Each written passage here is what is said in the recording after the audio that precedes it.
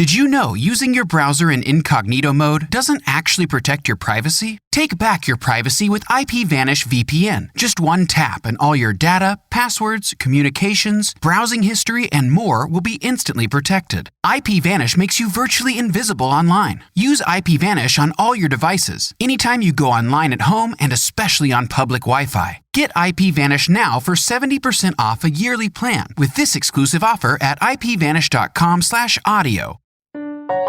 Robots Radio. Games, lore, stories, community. Just press play.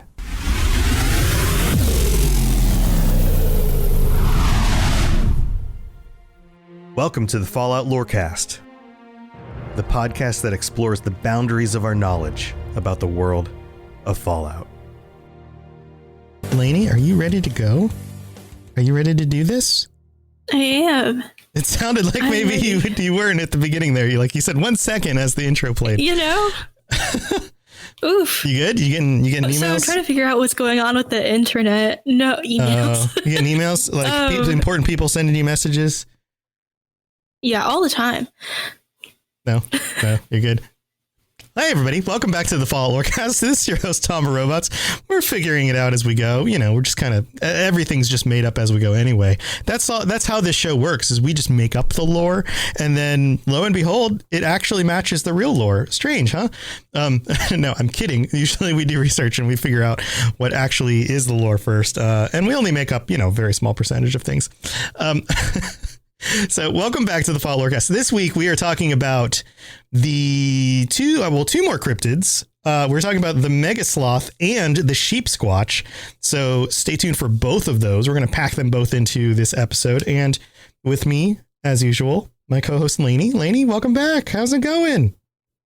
Is your phone not blowing up anymore? Doing good. You good? We'll see. Well, we're back. We're live again on Monday night. It is 9 p.m. Eastern, 6 p.m. Pacific at twitch.tv/robotsradio. And we're here with our regular chat friends hanging out during chat. Welcome back, everybody. So why don't we get right back into this? Here we go. We're going to first start off with the Mega Sloth right after this sound effect.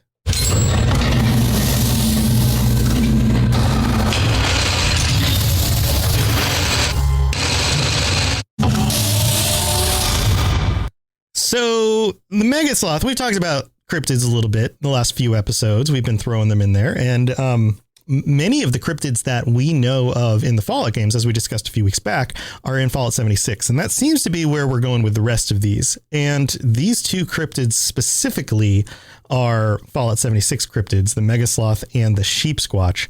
Lainey, what's the deal with the Mega Sloth? What's going on here?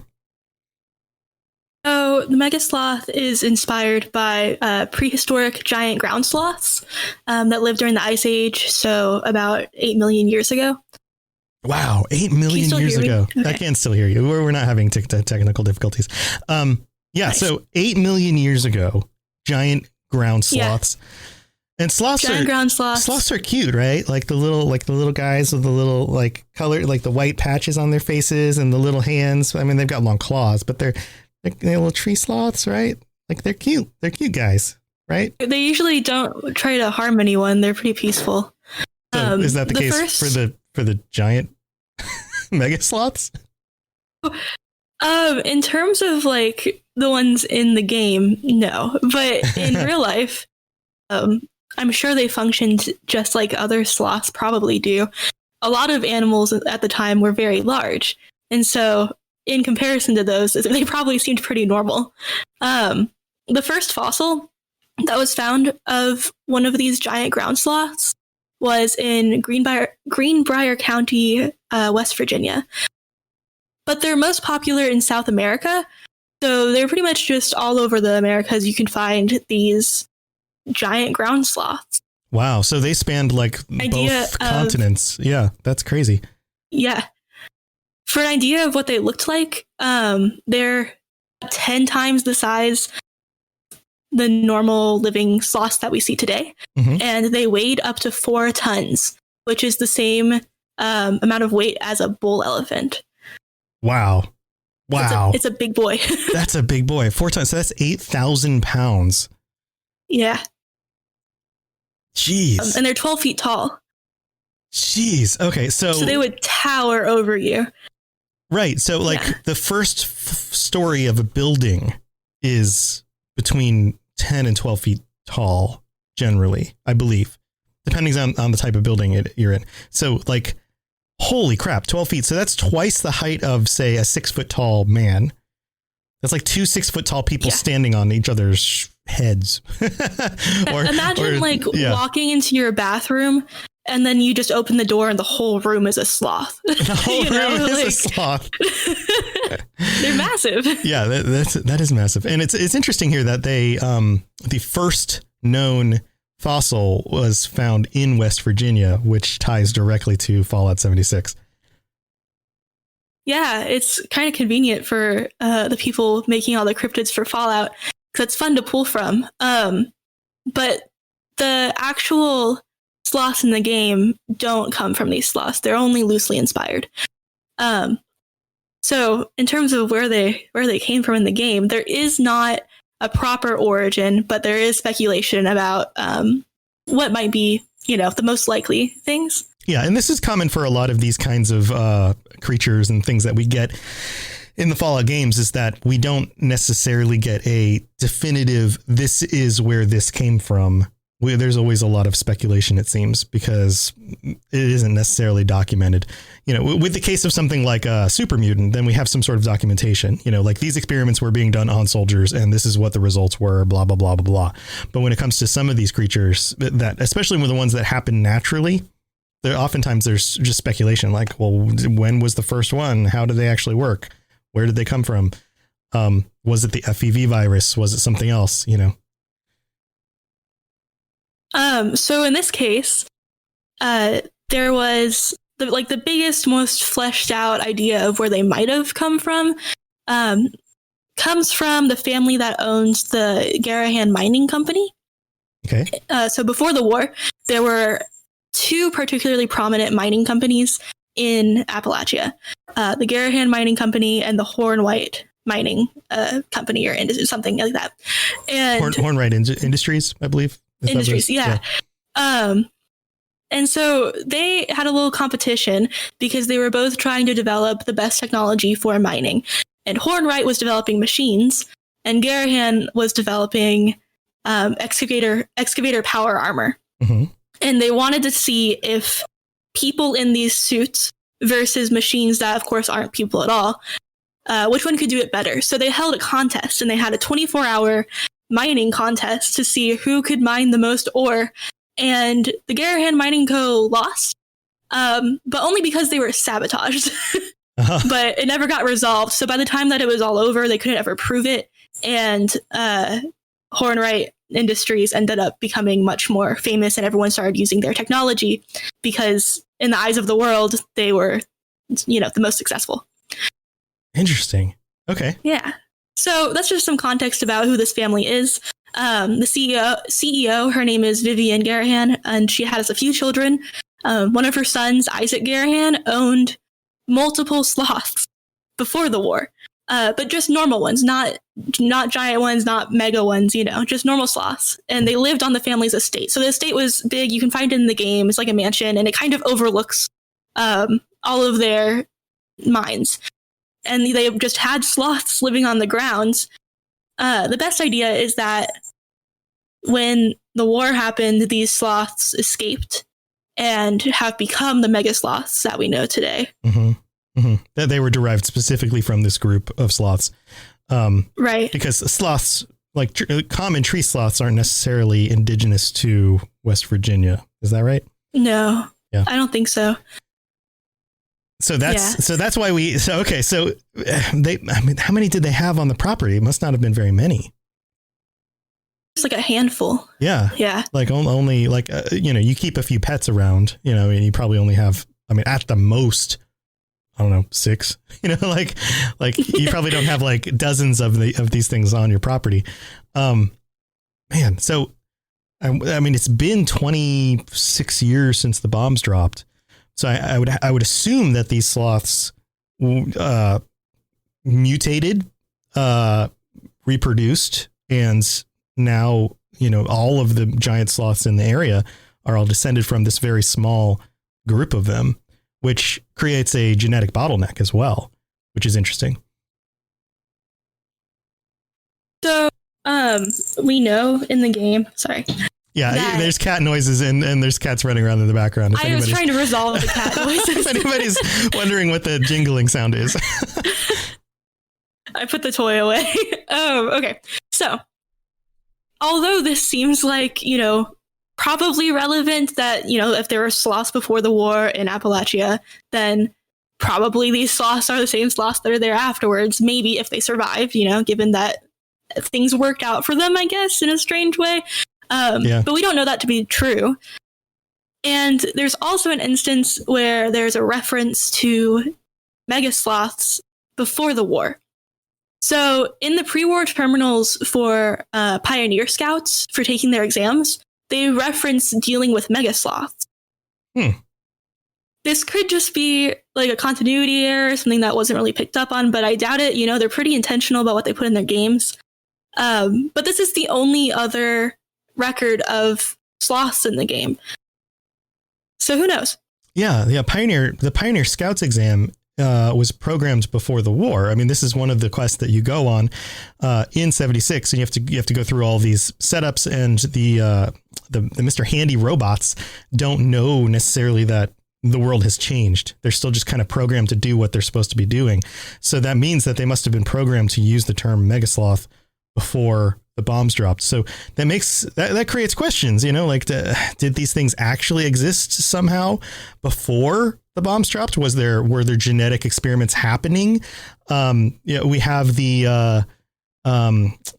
definitely have record of genetic experiments happening on animals in other Fallout games. That's not uncommon. But what's uncommon about this would be specifically genetic experiments happening in Appalachia on sloths. By who? By whom? By who? I don't grammar. But who was then doing this, and why would the Pioneer Scouts know about it unless some of these things were already out in the wild and had been released and were considered a cryptid before the war? So that sort of thing. Interesting.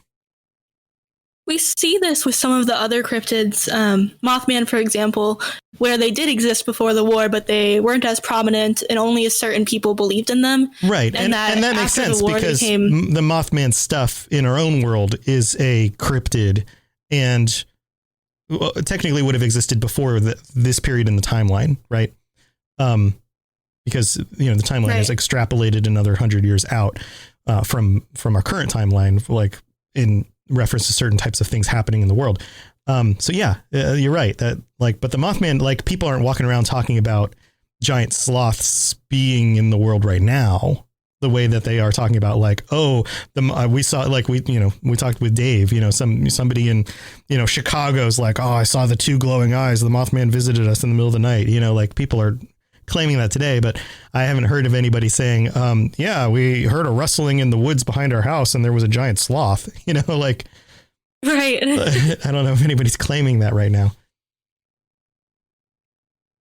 In the games, these sloths are covered in fungi. And so I don't know if you've really encountered any or fought any. Oh yeah. This is one of my favorite details of the sloths is the growing mushrooms, and sometimes they're glowing on the backs as if they're so slow moving that fungus can just grow on them without being rubbed off or something. Yeah, that's they have a symbiotic relationship with each other, the fungi and the sloth. So the fungi gets a place to live, and sloth's good enough a place as any. And the mushrooms, when they encounter a threat, they explode with spores. Yeah. And so, you get attacked with these spore clouds, and it comes from the fungi that are on the sloth. So they kind of protect each other, right? Nothing's going to trample the fungi when it's living on a giant, like a mega sloth. Right. But things can't attack the sloth as well when it's defending it, Yeah. So yeah, that makes sense. It's a good little mix.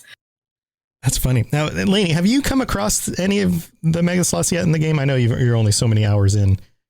Nope. Yeah, they're pretty great. And they're big. I don't know that I would, maybe they're 12 feet tall if they stand upright. I mean, they're pretty big. So that's what the ancient ones, the prehistoric ones. The prehistoric ones. When they would stand on their hind feet, they would be 12 feet tall. Right. But they weren't just like 12 feet tall sitting down or, you know. Right. Or hunched over because they kind of have that like, their bodies kind of do this.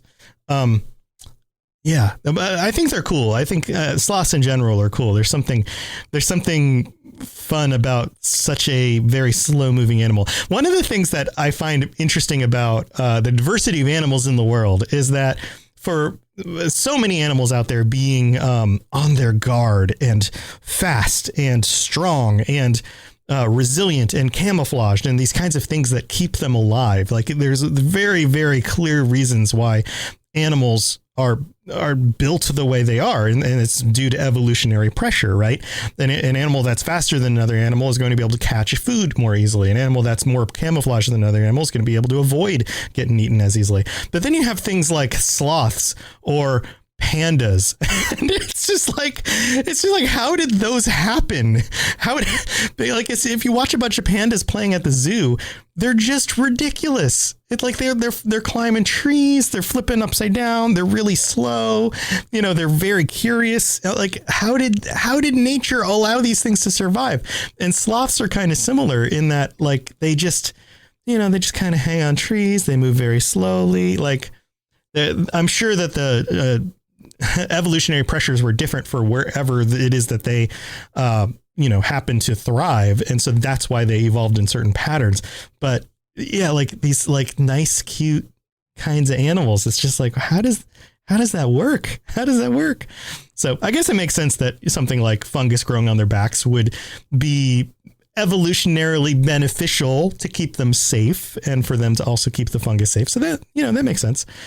There's some connection. Yeah. One last note about the mega sloths. They can hang from trees in the game. And if you're an unlucky passerby and you find one in a tree, on the off chance that you find one in a tree, it will surprise attack you and jump down from the tree and get you. Really? Yeah. I've never experienced that. I wonder, chat, let me know if any of you guys have experienced that. I haven't experienced that in game. That's crazy. I'll have to start looking up more while traveling around in Appalachia. Yeah, if you find any like heavily wooded areas, it's worth looking in the trees to see if you can find one. And it's possible that someone might come across one that was in a tree, but they just didn't see it in the tree and then encountered it after. It wouldn't connect the dots, right? If you don't like they turn around and they're like, "Oh, there's a giant sloth over there. I didn't notice it." Yeah. That's crazy. Yeah, chat. Let us know if you guys have experienced any of this, and anybody listening to the show right now, if you want to chime in on Discord or on Twitter, let us know what your experiences were with giant sloths, because I haven't experienced that. I've played a few hundred hours of this game at this point, and I don't think I've ever run across one being in the tree, but maybe I need to be more aware and start looking up a little bit more. That's really cool. Now, what kind of tree can hold on to a sloth that big? I don't know. Seems like a very heavy animal, but we'll have to dig into that to find out. Well, that's very cool info. Thank you for digging this up. We're going to move on to the Sheepsquatch stuff after this break, so stay tuned for that. But yeah, here we go. Let's go to the middle of the show. Good to see another of General Atomic's finest, still eager to serve. So thanks for tuning in, everybody. We are getting close to our patron episode this month. And thank you to all of our patrons, especially our tier 4 and higher patrons. And we have normally I wait till the end of the month, or actually the beginning of the month, but to call out the patrons from the previous period. But we have a very special new patron this month. Our tier 6 patron position, which is titled, I'm pulling it up here. Crap. What is the name of it? Prime, something Prime, the big robot. Can't think of the name of what I'm talking about, Lainey. The big robot, the giant robot guy. Oh, why am I blanking on this? Anyway, tier 6, it has a funny name. It's somebody in chat is going to correct me here. We have a tier 6 Congratulations, Prime, says Nakamata in chat.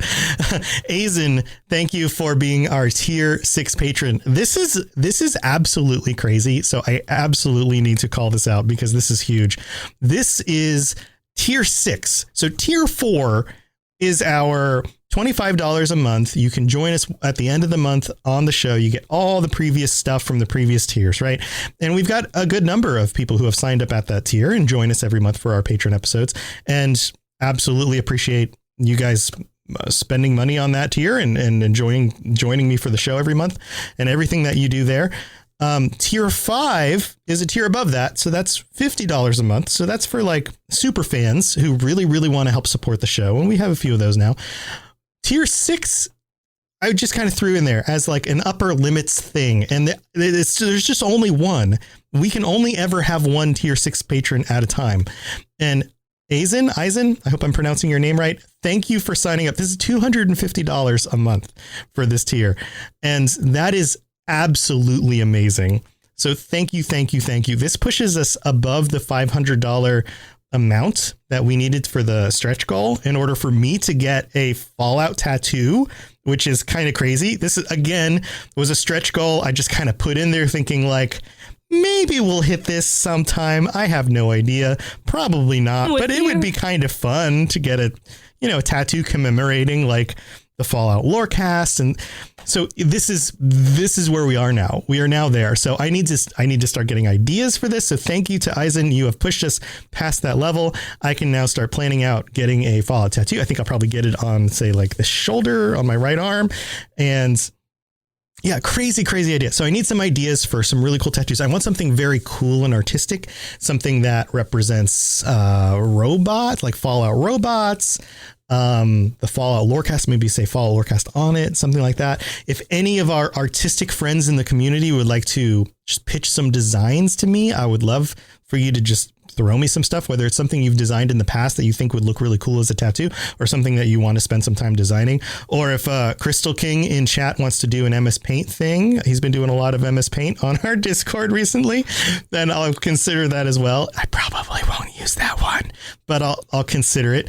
Mr. Handy with the heart. So feel free to just pitch some ideas, send them to me on the Discord. And again, thank you to all of our patrons, especially Eisen for being our brand new patron and tier 6 patron. You guys are very, very much contributing to my ability to do this and try to make this a full-time thing. So very much appreciated. Also, and if you would like to help support the show, we would love even more support that would keep continuing to further my ability to do this full time and Lainey's ability to do this also. So please check out patreon.com/followlorecast for all the different tiers and all the different things you can get there. Also, this show is supported by the advertisers, the companies that we have connected to for the Robots Radio Network, including audiobooks.com. You can get 3 free audiobooks. Super easy thing that you can do. All you have to do is click the link in the show notes and you just can go download, you sign up, get 3 free audiobooks. So if you like listening to things like podcasts or books while driving or working out or at work or any of those kinds of things, then this is an absolute awesome deal. We have some other really great deals as well. Look through the list in the show notes. I'm not going to spend all your time right now going through all of them, but if you're looking to save some money on purchasing or renting games, Loot Crate stuff, NordVPN, protecting your internet, things like that. We've got a bunch of great deals, and anytime you use any of those, we get a little bit of a kickback, but honestly, they're better deals for you guys than any amount of money that I get from them. So I hope you take advantage of those if you're looking to make any of those kinds of purchases. That's just all part of the fun of being part, of the network and listening to these shows. So go check that stuff out. I will drop a link for audiobooks.com in the chat as we continue the talk. So thanks everybody for tuning into all that stuff. And again, thank you to our patron supporters, especially our new patron, Aiken. Did I say Aizen? I'm just going to mess this name up so much. Aizen, Aizenn. Thank you so much. All right, let's get on with the rest of the show and talk about the Sheepsquatch. If you have any questions about Nuka World, I'd be delighted to answer them. All right, Lainey, let's get back to some more cryptids. So we finished up the Mega Sloth. There's not a ton of information about the Mega Sloth. Now, let's move into the Sheepsquatch, because the Sheepsquatch is one of those things. Like, everybody knows what a Sasquatch is, right? Everyone knows Bigfoot. One of the names for Bigfoot is Sasquatch. But when this showed up, I was like, wait, a Sheepsquatch? That's a real thing? So this is a real thing? Tell us about it. It certainly is a real thing. But first off, I want to come with you when you get your Fallout tattoo.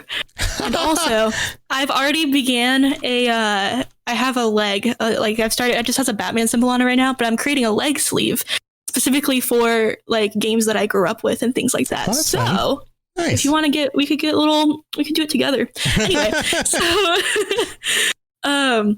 Sheepsquatch is actually a cryptid based on a real life cryptid. Unlike the Mega Sloth, it's known in West Virginia sometimes as just the white thing, and is reported across multiple southwestern counties, most commonly in the 1990s. Wow, so this really is the thing. It's somehow, over the last few decades, I've just totally not even known that this was a real thing. It's definitely a local legend. Or at least it's a real legend, if not necessarily a real creature. I guess is probably the way I should state that. But who knows? Cryptids could be real. Ooh, I got to do my spooky voice because it's that time of the year. It's time for that spring reset. I'm taking a look at everything in my closet and figuring out that, oh no, this absolutely needs to go. And it's about time I replace things so that my clothes aren't older than my 15-year-old. Now you might think that they lasted that long because they were well made, but no, they're in terrible condition. Unlike the new jeans I just got from Quince. Jeans have always been my personal go-to because you can kind of wear them for lots of different things, but maybe they're not your thing. Maybe you're looking for, 100% European linen with insanely soft flow knit activewear fabric. It's definitely getting warmer, and their flow knit activewear is moisture wicking, anti-odor, and soft enough that you'll actually want to wear it every day. So pick out what you want. You can't go wrong because they have prices 50 to 60% less than similar brands. And like I said before, they are high quality. I continue to wear their clothes all the time, and I know that these new jeans are going to last me a lot better than the other things in my wardrobe. And on top of it, they look great. They're so comfortable. And I spent just as much on the jeans that I am now cleaning out of my wardrobe. So if you're looking for something better, just all around better, go check out Quince. So go do it right now. Refresh your wardrobe with Quince. Go to quince.com/falloutlore for free shipping and 365-day returns. Now available in Canada too. Go to quince.com/falloutlore for free shipping and 365-day returns. Quince.com/falloutlore. All right, so tell us some more about this. The first sighting was in 1994, where a veteran said he observed the Sheepsquatch drinking at a creek. It was not threatening; it just drank at the creek and then walked off. The same year, two children claimed to see the creature in their backyard. It also did not attack them; they just saw it. It was just hanging out. All right, and so at this point, it was like a large sheep-looking creature. Yes, yeah, I'll get more into like the physical description in a minute, legs, but sort of. It's imagine Sasquatch and then turn it into just like a big ram. Right. Yeah, I mean it's similar to as it's depicted in the game. Man, how do you? Okay, I mean this just goes to all of this stuff of like, you're just looking out the back window and all of a sudden you're like, oh, there's a giant bipedal creature with horns on its head that I've never seen before. I'm just not going to go grab my camera. Like what? Anyway, go on. Yeah. So that was in 1994. And that's the first, incident with a Sheepsquatch, or the first two incidents. Future sightings happened the next couple of years, and they were a bit more violent. So the Sheepsquatch started attacking people in public areas. It would show up at the side of the road and try to assault people in their cars. It would go to campgrounds and assault people that were camping. Jeez. Yeah. So there's record of people being genuinely attacked by a Sheepsquatch. We'll get into, how you can determine if that's real or not when people are saying they're being actually attacked. And some other descriptors here in the notes. The size of a bear, covered in wool, hands similar to raccoon paws, long, hairless, just really big, worm-like tail like a possum.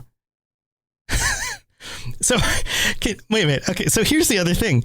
Can you imagine being on the side of the road and this thing comes up and like punches your car? Like, yeah. Like, holy crap. But like the idea of like, okay, so a lot of times cryptids, the explanation for cryptids is it's somebody who saw a bear, but they misunderstood what they were seeing, right? But how do you misunderstand something the size of the bear with like different looking fur, a different color, raccoon paw hands, horns? Because bears definitely don't have horns. I mean, was it a moose? Did somebody get hit by a moose and they just misunderstood what they were looking at? Like, it seems like a crazy mix of stuff. The moose like stand up on its back legs, maybe. Yeah, I mean, a moose, yeah, they can do that. But yeah, that's a crazy mix of stuff for sure. Yeah. It's also said that they smell like sulfur, similarly to some accounts of the Mothman. And this is because they both come from the same area. They both come from the TNT area, which is the abandoned military base that we talked about in the last episode, where they used to make munitions. And some people theorize that like the things that they were using at this plant led to the creation of these big monsters, you know, but there isn't anything to really back that. Right. Or maybe the whole area just smells like sulfur. And so that's the smell that they remember when, yeah. But when describing the Sheepsquatch, people say that it smells similarly to skunks, implying that maybe they have these glands, you know, that would release a similar smell when threatened. Skunk squatch. So you have to both. Skunk squatch. That's hard. That's harder to say than it sounds. Go on. They have teeth like an herbivore, so they're flat, you know, and they're like large flat teeth, like, you know, our molars are. Yeah. But they're carnivorous. Wait a minute. That doesn't make sense. That doesn't make sense. Carnivorous animals have like chompy, pointy, sharp teeth. Right. So take that as you will. Anytime I talk about teeth, I have to do the Monty Python when they're talking about the rabbit that's, you know, chewing at everyone's throats and the pointy, sharp, pointy teeth and the little finger motions. That anyway, people who are watching the stream will know what I'm talking about. So these Sheepsquatch, they can actually communicate with other Sheepsquatches. They make noises. I mean, they're an animal. They make noises. And they do this. It's like a howl, and they make it by the way their mouths vibrate. So, like, of course, the sound comes up like normally, but they can affect the pitch by how their mouth moves. So they're like, kind of like yodeling? They're yodeling. Yeah, like they're kind of yodeling, and they do this, you know, to actually communicate. So they can give warnings to nearby Sheepsquatch. They can let you know they're going to attack you. They can express that they're tired, you know, whatever it is that animals do. Okay. This is a weird detail. Yeah, it's a little strange. This one actually is more relevant to the game than it is to real life. Because in the game they make noises. You're right. But I would assume that, you know, just like many of the other features in the game, that this was somebody out there was like, yeah, and I heard the thing make a yodel sound, and they probably didn't say yodel sound, but described it similar to this. If it is yodeling, that's going to get even funnier in a minute. Okay. So people think this thing might have came from the TNT area. In Fallout, you know, it's likely irradiated, in which case it's just a mutated sheep or goat probably. But in real life, some people consider it to be a hoax, where it's just a guy dressed up as a Sheepsquatch to scare and rob travelers, which honestly isn't a terrible gig given that the area was already famous because of the Mothman. Yeah. Plus, it seems way more likely to just be like crazy dude, or maybe not so crazy dude, wearing a suit, robbing people, than it is to say that this is some sort of like natural or weird, you know, genetic occurrence. Right. Like that, like Occam's razor would say that the less complex answer is probably more likely, right? Like, don't multiply entities beyond necessity, or whatever the actual quote is. So a much simplified version, would be like, no, dude puts on suit, robs people. People claim they saw something in the woods. Okay. Yeah, maybe. And he yodels while he does it. Yeah, can you imagine someone coming to your car, like banging on it with these big paws? I like imagine like a bear, like they have like the big like pads and the claws. Right. And just like banging on your thing, yodeling, looking like a sheepsquatch. Yeah. Yeah.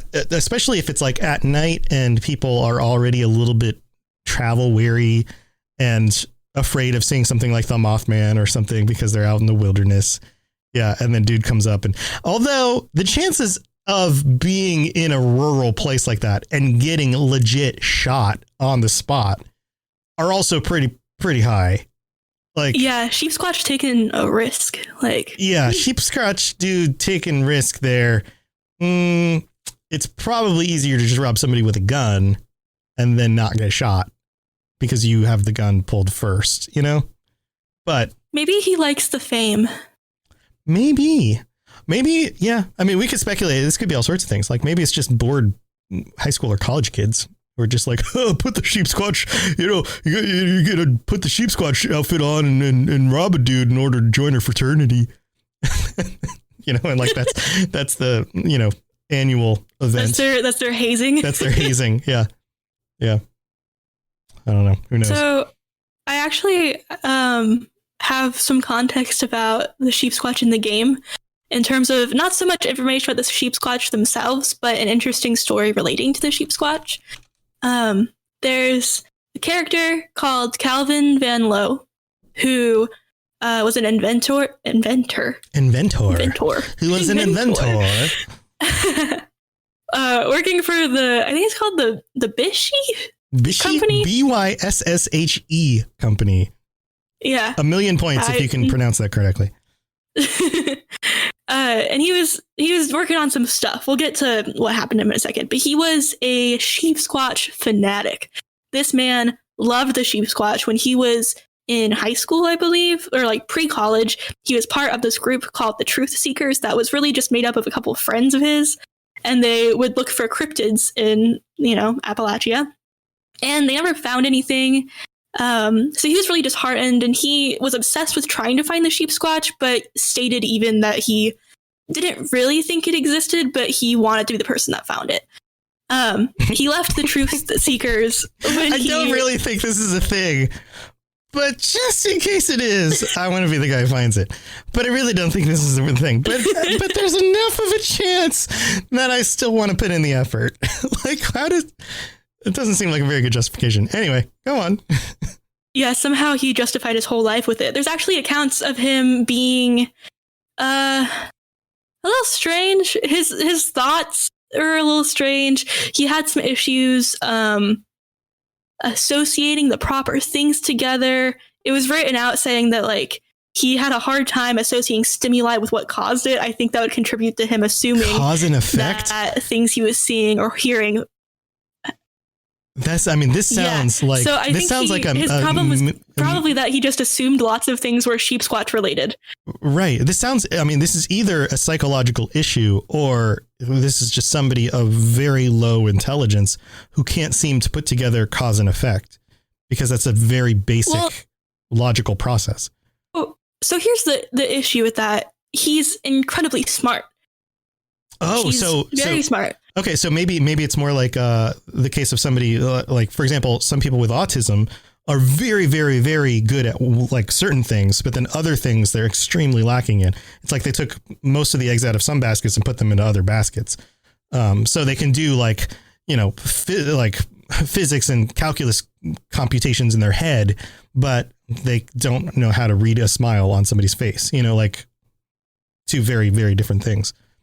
Yeah, so it seems like he was having a hard time associating things with each other that should make sense to other people, but to him, he was, kind of in a way creating his own narrative, but if that's the narrative that makes sense to him, then that is his truth, Right. Yes. But it led to a whole lifetime of him hunting for this Sheepsquatch, even though he suspected that it might not be real. But he was an inventor. He went to college. He became an inventor for the Bishy company, the Baishi company, and worked for them for a while. Bish. What's up, Bish company? So he worked for them for a while, and he even did some of his own experiments and inventions at his house. And he met a really, really sad demise where he was working on an assaultron that he was trying to modify in order to find a Sheepsquatch, where he was modifying it in such a way that it could mimic what he believed to be Sheepsquatch mating rituals, which then didn't work out well. You know, if you've ever encountered an assaultron, they're a little violent, and it killed him. As they do, died. As assaultrons do. Thus the name Assaultron. Yep. Who'd have thunk? They're programmed for that. So that was a little incident, but it gets even sadder. So not only did he spend his whole life trying to find this Sheepsquatch that turns out it does exist because it's in the games. So he was looking for a real thing, I guess, but he never found it. And then he got murdered by his own invention, and it happens to be in a lab that he had underneath his house. It was a secret lab. He lived with his family, right? He had a sister, and his sister didn't know about the lab. And when he died, nobody ever found him, and she assumed that he was missing, and that's the end of his story. Yeah. And in the game, you can actually visit the lab. There's a whole sequence of quests and things. You come across the fake Sheepsquatch, which is an assaultron in a suit, which is difficult to fight. You should bring friends. And then eventually that assaultron would be the one that he created. Yeah, it's the one he created. Yeah, so you there's actually a whole quest line where you follow all this stuff through, and but I did not realize some of these quirks about the personality because I hadn't spent enough time really digging into his character. I played through the bits happening in the story according to Fallout 76, but you know how it is. If you don't spend the time reading all the terminals and looking stuff up, you kind of miss some of the details. So this is very cool to have this fleshed out. That's the entire story for him, and about all the information we know about the Sheepsquatch. Other than that, it will attack you. Yeah, so the Sheepsquatches in the game are, for anybody who hasn't played Fallout 76, are very large. They're the size of like death claws. They're formidable in that they howl or yodel. It's not really a yodel, but they make these like big grandiose movements. They charge at you. They stomp the ground. They shoot quills like out in a circle around them.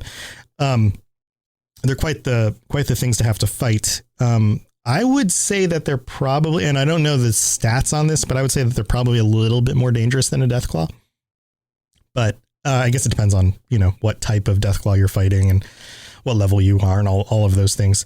But yeah, they're pretty difficult. So again, I would love to hear anybody else's experiences with these creatures in game. If there's anything really, really cool that you guys have come across in exploring the cryptids in these games, especially if you have any really cool pictures, because sometimes these creatures are hard to get on camera because they are so dangerous or so rare combinations. So, like for example, Tuniversal has guested on my shows a few times, and the other day I was watching his stream in the morning, and he came across a Mothman up like floating outside of like a building, like 3 or 4 stories off the ground. It's just like floating there, not doing anything, not responding to anything. It's like a glitched. So he was able to get some really good photos of it, and then he tweeted them out, and then the official Fallout Bethesda channel retweeted his account, his photo with his a name or whatever on the bottom, saying that that's where it came from. So that was pretty cool. But like getting really good pictures of some of these things can actually be kind of difficult in game. So I'd love to hear or see any of that stuff shared around as well.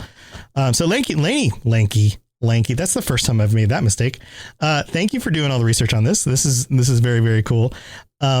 I think we'll probably have Dave back on in a few weeks to join us and talk about some of these other creatures, like maybe the Wendigo or something like that has some more background stuff that he's going to have a lot more knowledge on as well. So we might pull him back in for funsies. And other news, this today, the day that we are recording this, so the 19th of October, is the 10-year anniversary of the release of Fallout New Vegas. So happy 10 years, Fallout New Vegas. Pretty cool. Woohoo, yeah. And then at the end... Go ahead, Lainey. No, nothing. It's literally just my computer being dumb again. Oh, okay. And then at the end of this week, Friday is the 23rd of October, and you guys might recognize that as the date of the Great War, the morning that the bombs fell, and for 2 hours, the Great War happened. So this would be the pre-anniversary of the Great War, 57 years before it happens. So pretty cool. So some really cool stuff happening here. And I see Radrux TV in chat is sharing some photos. Yeah, very cool. I'll have to open that up when I get some time later. Feel free to jump into the Robots Radio Discord and share those as well. Here, there's a link in the chat for you, and jump in there and share them around. It'll be easier for me to remember to go back and do that than to find it in the chat later on. So I think that's it for this episode. Lainey, do you have anything cool going on? Before I get to that, this is Monday night, and after we're officially done the show, stay tuned because I will be hanging out to answer some office hours questions about podcasting or creating YouTube videos or creating streams or marketing or doing any of the content creation stuff that I've got some experience doing. I'm happy to answer questions and help the community out with that. So if you guys are here for that, or if you want to join me for a future time doing that, then please join me. Mondays, Wednesdays, and Sunday nights are now going to be the nights since Cyberpunk's moving to Sunday from Saturday.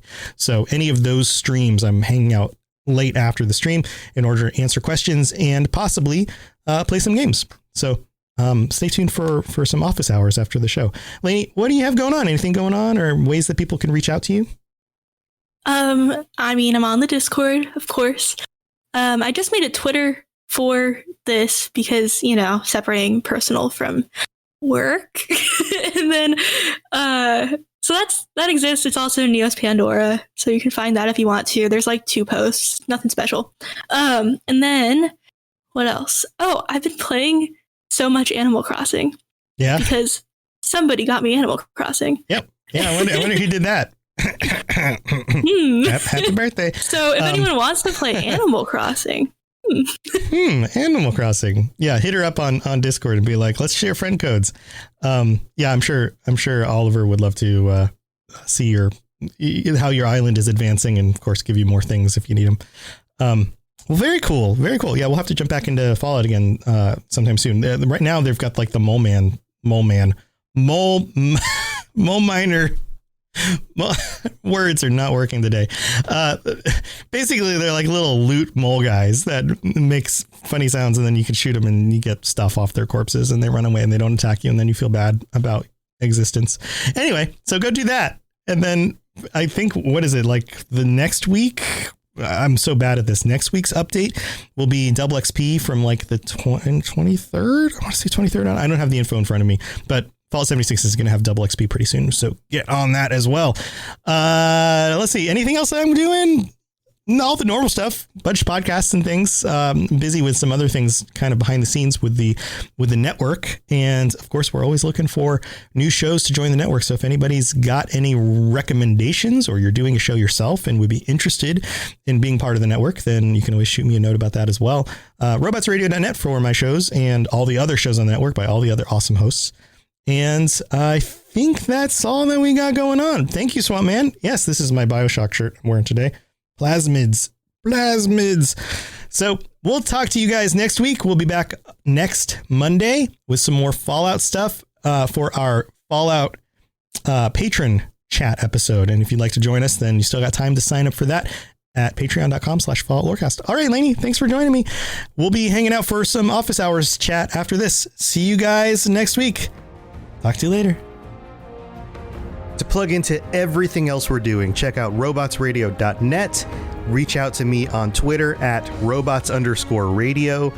Check out the Robots Radio Rocket Club, where you can join me and a bunch of our other creators creating your podcast, starting a new podcast, or helping your current podcast grow. There's more information about that on robotsradio.net as well. And you can always talk with us and the entire community, over 2,000 people on the Robots Radio Discord. Come join us. We'd love to chat with you. See you guys next time.